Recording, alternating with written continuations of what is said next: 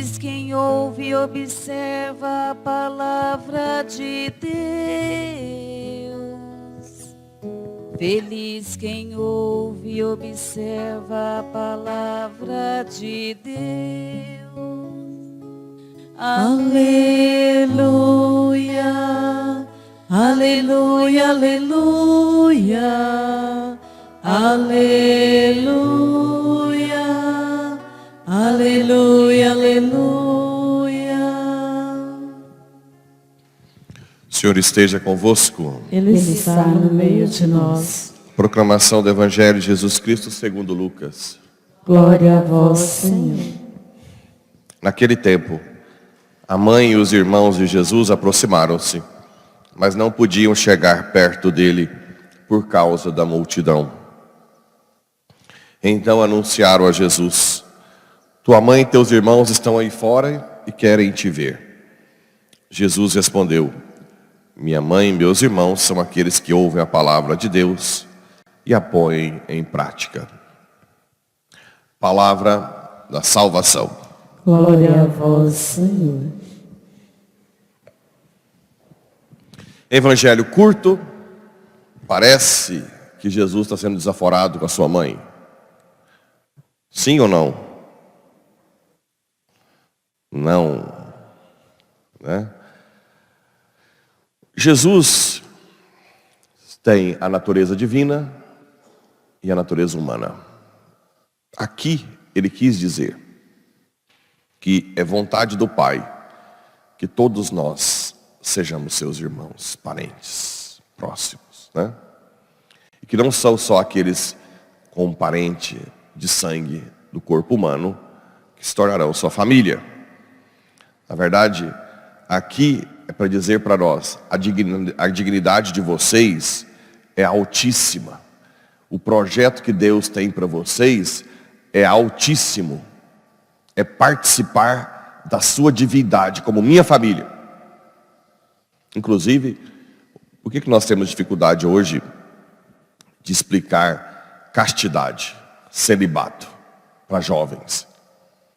Porque eles não têm mais consciência da sua dignidade infinita para o céu. Os pais não têm educado os filhos para o céu. Porque só tem sentido quando você entende que o seu corpo tem uma dignidade infinita, que se tornará glorioso e por isso foi pago por sangue. Né? É interessante, né? Como que, falando de castidade e celibato, a parte de santidade, Deus infunde no intelecto, ilumina, né? E move a vontade para aceitar as coisas de Deus. E a parte corporal sexual é aquela mais forte, que é da cintura para baixo, que puxa, né? Como que puxa para os prazeres da carne. Eu nunca esqueci, tem uma capela muito antiga em Pádua, onde estava o corpo de Santo Antônio, que virou museu. Se não me engano, o pintor da capela chama Giotto.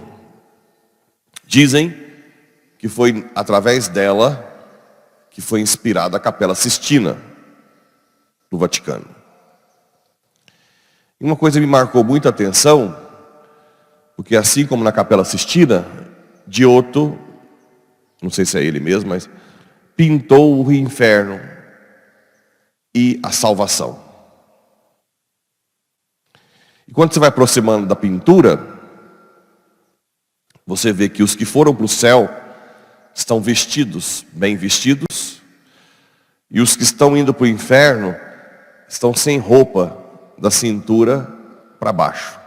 Aquilo me deixou, é uma imagem que fica para dizer que grande parte dos que vão para o inferno é pela fornicação, adultério, sodomia e tudo mais, né? É você ferir a dignidade do seu corpo.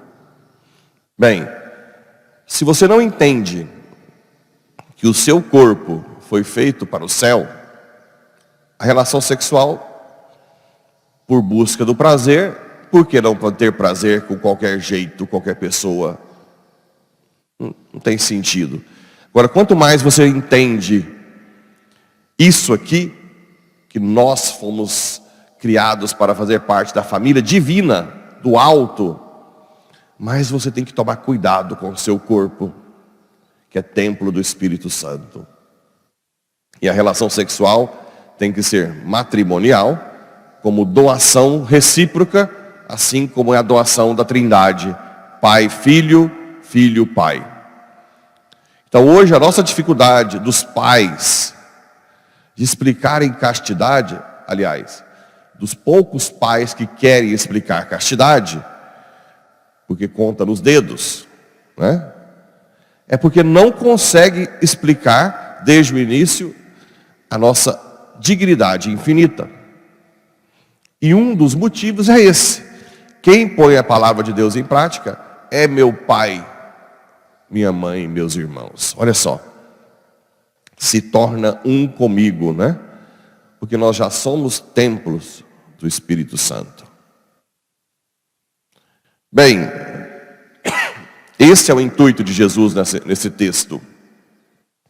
Tornar-nos próximos a Ele e não desprezar sua mãe. Até porque quem colocou a palavra de Deus em prática a tal ponto dela encarnar nela?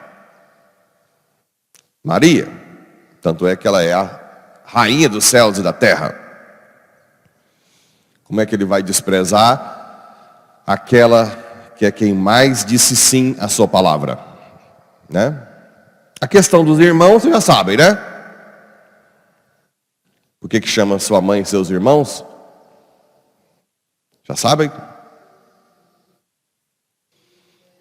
No hebraico não tinha a palavra primos. Primo, eles falavam Ben Dod, filho do tio. Então o que eles falavam? Irmãos para todo mundo. O vocabulário hebraico é muito pobre. Irmão. Eles usavam para todos os parentes próximos. Isso a gente vê na Bíblia o tempo inteiro, que chamou os primos de Jesus de irmãos, seus irmãos estão aí, né? Mas em grego tem irmão e primo. Tem, mas o autor quis ser fiel à sua cultura semítica, que a gente chama, né? A gente chama de influência semítica. Se ele ouve irmãos em hebraico, ele quis traduzir em grego irmãos. E depois a gente vê em outras passagens que realmente Jesus não tinha irmãos de sangue. Nunca se vê que Maria é mãe de mais alguém. E depois, aos pés da cruz, ele entrega para João, que é seu primo. E diz, ele levou Maria para sua casa, né? Que depois, eu já tinha esquecido o nome, que São Policarpo de Esmirna, que é descendente de São João, confirma que Maria morou com João em Éfeso por muitos anos. Ora, se tivesse outros irmãos, com certeza seriam os irmãos, né?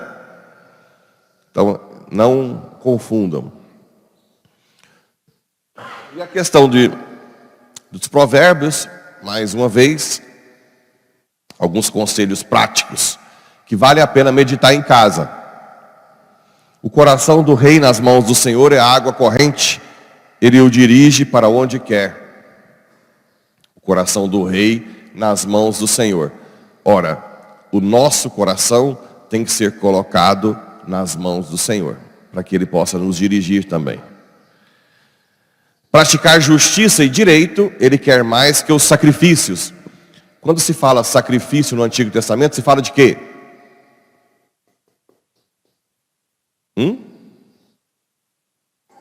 De animais, né? Do templo. Ou seja, Deus estava irritado, porque o povo matava os bezerrinhos, era para ser o melhor, pegava o mais estrupiado, e não mudava de vida, né? Então ele está falando, se você praticar justiça, é melhor que você ficar matando animal, sem mudar o coração. O olhar arrogante, o coração orgulhoso é a raiz do pecado, né? O orgulho, a arrogância, a pessoa que não se abre, que não é dócil à mudança, é a raiz de todo o pecado. Tesouros adquiridos com língua mentirosa são ilusão passageira dos que procuram a morte. Tá aí, ó. Tem gente que vem, padre, eu sou honesto a vida inteira e não fico bem de vida. Tanta gente que é má, que eu sei que não é honesto e está se prosperando. Medita essa palavra. Tesouros adquiridos com língua mentirosa, mas aqui pode ser com desonestidade. Cadê? São ilusão passageira. Tem um salmo que diz, são como o gado que vai para o abate, se engorda, né? Para o abate. Não tendes inveja dos que se enriquecem com desonestidade, no salmo. Eu sou ruim para falar as palavras. Tudo é ilusão, tudo é vaidade. Primeiro, as coisas materiais não dão felicidade por si. A felicidade é um dom de Deus. E depois, quem se apega a elas, perde a vida eterna. Então não se preocupem. Agora, se você enriquece honestamente e faz caridade, ajuda a igreja, são outros 500. É muito difícil. É muito difícil alguém que enriquece e vem mais para a igreja e faz mais caridade. Eu digo que é muito difícil. A estatística é muito ruim. É raro alguém que fica muito rico e eu vou vendo aumentar a frequência da igreja. Geralmente vai afastando. E geralmente fica mais burrinha. Mas existem as exceções. Existem as exceções. Não podemos rotular todo mundo. Existem as pessoas que enriquecem, continuam fiéis ao Senhor e fazem caridade. O justo observa a casa dos ímpios. Quem tapa os ouvidos ao clamor do pobre, também há de clamar e não será ouvido. Se você não ouve quem pede ajuda, Deus não te ouvirá no céu. Ok? São versículos práticos que vale a pena meditar em casa. Não precisa muito de padre interpretar, porque a maioria das coisas estão muito claras, né? Por isso que é bom ler os livros sapienciais. Então, que o Espírito Santo viu no início da missa que os mártires que nós estamos celebrando, uns 2 são padres, o resto são leigos, homens, mulheres e crianças. Uma comunidade forte cristã na Coreia, que foi perseguida naquelas épocas, 4 anos, né? E que deu mais ou menos 103 mártires. A grande maioria, leigos. Esmagadora maioria, leigos. Inclusive crianças. Para uma criança morrer no martírio, é porque foi muito bem educada na fé. Né? Para uma criança morrer martirizada, criança, né? Falando quanto é importante a educação na fé. Como é importante. Nunca esqueço um pai de família que morou aqui em Porá, que está morando em São Luís hoje.